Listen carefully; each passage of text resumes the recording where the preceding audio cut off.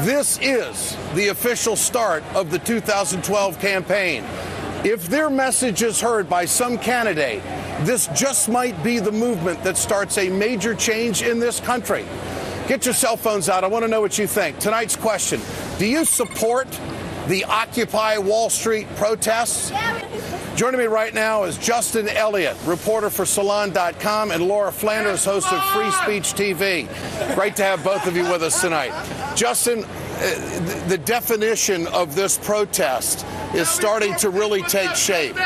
You're reporting to America tonight. What would you say about it? Look, I think there's a debate going on here. I mean, we saw with the unions today.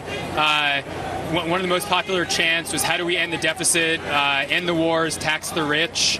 But I think there's another strain here that is not ready to define goals yet. They want this thing to grow just around sort of generalized anger at Wall Street. So I think it's still sort of being determined.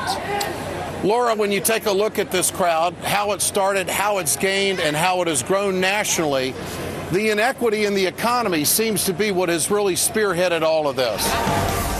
Welcome back to The Ed Show, and thanks for watching tonight. The Occupy Wall Street protests continue here in Lower Manhattan as we continue to cover the story. This is such a diverse group. You will find every walk of life. You will find every special interest group.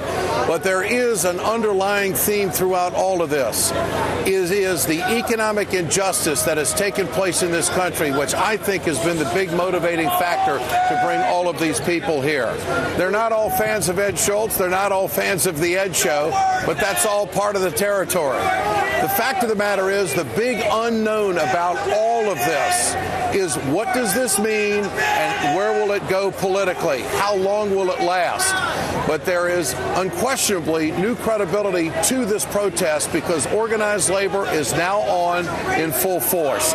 Joining me tonight is a couple of gentlemen from the Amalgamated Transit Union, Bruce Hamilton and Larry Handley. Larry, good to have you with us tonight. Bruce, thank you for your time. Good evening. Larry, what does this mean? Is this a sea change in American politics? What is this? I think it probably is the beginning of a sea change. I think this shows us that young people understand not only what's happening to them in their lives, but who caused it. And I think the fact that they've come here and they've stood up and that they're ready to sacrifice and be out here tells us that they know just how deep the problems are in America, and they understand that the rich people have made it happen. Larry, how much anger is out here? Here? Well, I can tell you there's loads of it. They're angry at everybody, and I don't blame them. But I can also tell you we represent transit workers in the United States and Canada, and they're just as angry. They just haven't had a chance to come down here, but they will. Some of them were here today, and I think all over the country there's going to be growing opportunities for people to speak out, and our union and our members are going to be there. Mr. Hamilton, how would you characterize this crowd and what has taken place down here? It's absolutely a fantastic crowd. I don't see how it could possibly be any better as far as spiritedness, as far as forward-looking. Everybody's really very positive mood, and we believe that getting together, we can actually make some constructive changes. Who are these people for? I mean, there's such a wide array of interest groups here. Who are they for? We're the 99%, all right? So we're for everything that the 1% is not for. And like you said, it's a hugely diverse group, and who can say what they're for? We know what they're against, and they're against Wall Street taking everything. What is union involvement going to do for this? Union involvement is, some people are saying that the unions are now, have come into the fight. The fact is the unions have always been in the fight, and we're extremely happy to see that young people and others have come together and, started this action. And we, in a way, we consider that they're coming to the union point of view and union action. You think it is about, that is the core thing, the unemployment and the frustration? It certainly is a huge part of it, yes. And the reason for concentrating on Wall Street, obviously, is that the richest 1% are taking an increasingly large percentage of the wealth that's created by working people. And I want to add that, these are young people who can't get jobs. Our members are suffering all over the country because the jobs they have are being stripped away. Their wages are being cut. Their pensions have been taken away.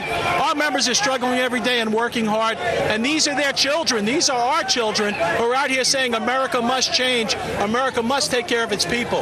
Well, I have to admit, I'm not proud of all of them.